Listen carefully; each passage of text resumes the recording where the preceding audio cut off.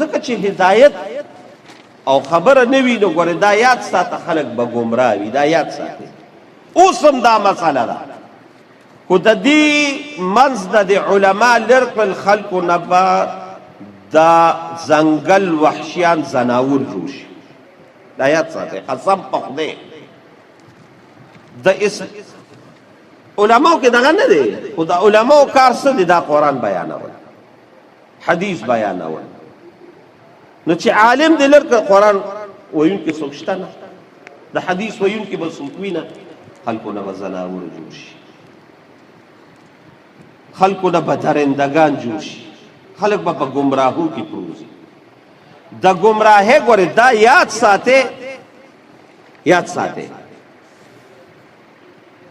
چې د ګمراهۍ لوی سبب د قرآن نه لرې کېدل دي د حدیث نه لرې کېدل دي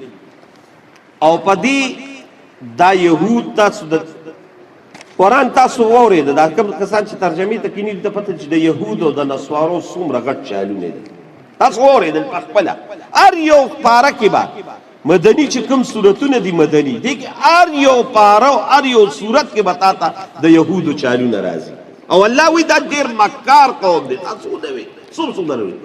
د یهودو دا دغه دی چې د دې خلکو ګمراهول کول غواړي قرآن او حدیث ته لر او قرآن او حدیث په څنګه لر کېږي مولا ته وباسئ